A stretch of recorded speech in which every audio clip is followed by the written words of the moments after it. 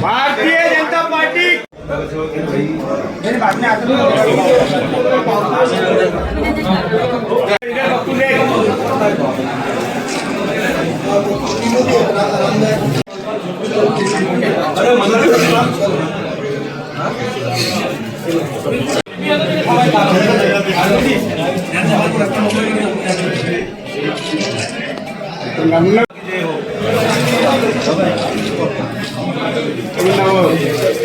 आज नगरपालिकेमध्ये उपाध्यक्ष आणि सुदृढ नगरसेवकाची निवडणूक पार पडली आहे.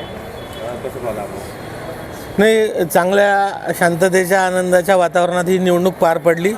उपाध्यक्ष आणि 3 सदस्य हे निवडून येणार हे काळ्या दगडावरची रेष होती आणि 4थ्या जागेसाठी लोक गवगवा करत होते की अगदी चांगल्या आणि लोकशाहीच्या पद्धतीने ही निवडणूक झाली पाहिजे.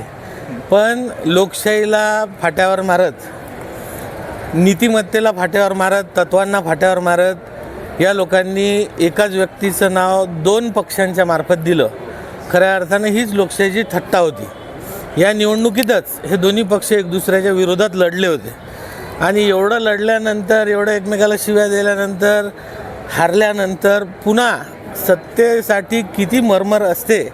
म्हणजे खालच्या लेवलपासून तर आपण वरच्या लेवलपर्यंत पाहिलं की काँग्रेस, राष्ट्रवादी हे सत्तेसाठी किती खालच्या लेवलला जाऊ शकतात. हे आज पुन्हा त्यांनी स्वतः सिद्ध करून दाखवलं.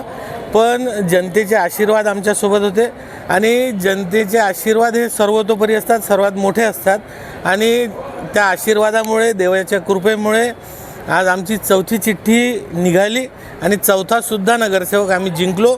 मी सर्व जनतेचं, खामगावच्या नागरिकांचं आणि निवडून आलेल्या सर्वांचं, उपाध्यक्ष आमच्या काकू संतोष देवी पुरोहित, नगरसेवक आमचे पप्पूसेठ अग्रवाल, रामभाऊ मिश्रा, आपले बाबूभया भट्टड आणि मुन्नाभाऊ पुरवार या सर्वांचं खूप खूप अभिनंदन करतो.